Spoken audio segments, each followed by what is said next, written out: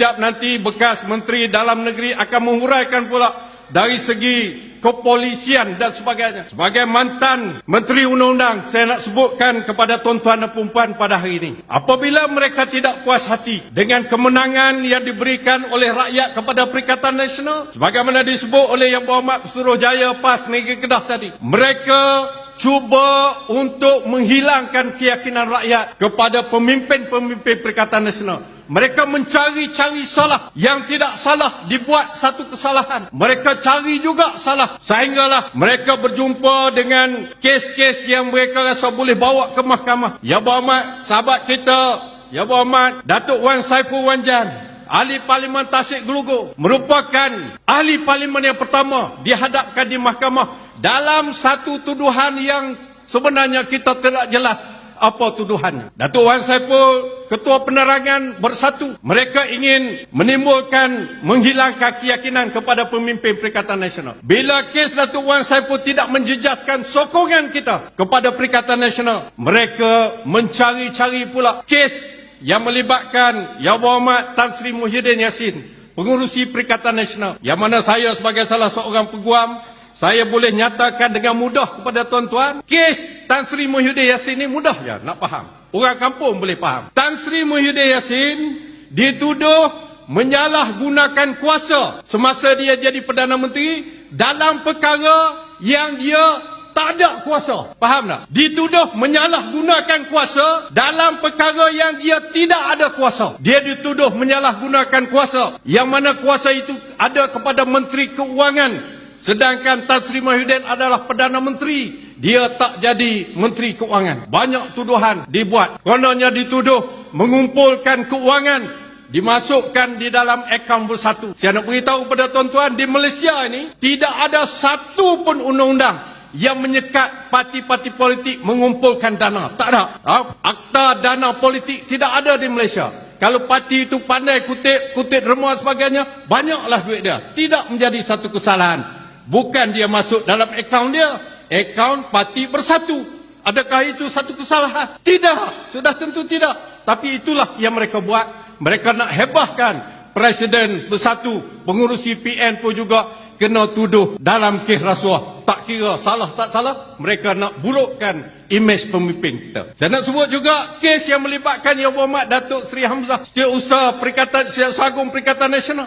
Mereka cari tak jumpa. Pejabat Datuk Seri Hamzah beberapa kali diserbu, tak jumpa. Sampai saya diberitahu oleh Datuk Seri Hamzah, anggota penguatkuasa SPRM yang menyerbu, tak jumpa satu perkara pun.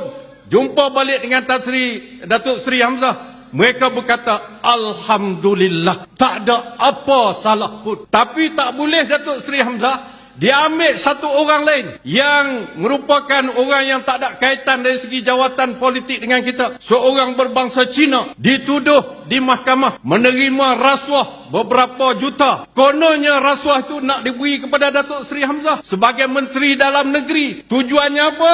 Untuk Datuk Seri Hamzah memberikan apa-apa projek di bawah Kementerian Dalam Negeri.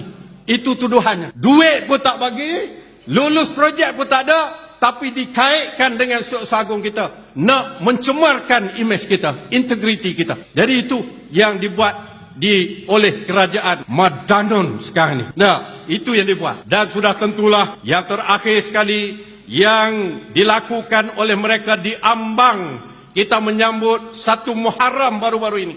Pada 18 hari bulan Julai, Yang Amat Berhormat Datuk Seri Menteri Besar kita, yang juga merupakan orang yang mereka rasa bertanggungjawab juga besar memberikan kemenangan kepada Perikatan Nasional dalam PRU ke-15 baru ini. Tak ada pasal-pasal dituduh di bawah satu akta yang PMX ini semasa jadi pembangkang dulu, dialah orang paling kuat meminta kerajaan menghapuskan akta hasutan. Tapi bila dia jadi Perdana Menteri, dia telah menggunakan akta hutan rimba ini terhadap pemimpin pembangkang. Bukan nak jaga keselamatan negara, tetapi menjaga keselamatan mereka sendiri. Jadi inilah yang berlaku. Apa yang telah diceritakan banyak di dalam media massa tuan-tuan semua tahu. Tapi pada malam ini saya nak sebutkan sebagai salah seorang peguam yang mewakili beliau, semalam saya menghubungi peguam kita, ketua peguam bela kita yang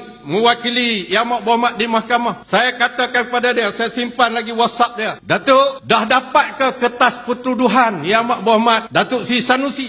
Dia kata sampai lah ni tak boleh lagi kertas pertuduhan. Satu perkara yang luar biasa, yang luar tabi'i yang berlaku di mahkamah. Saya sudah 30 tahun jadi peguam, tak pernah berlaku pada masa itu, pada sehingga hari ini.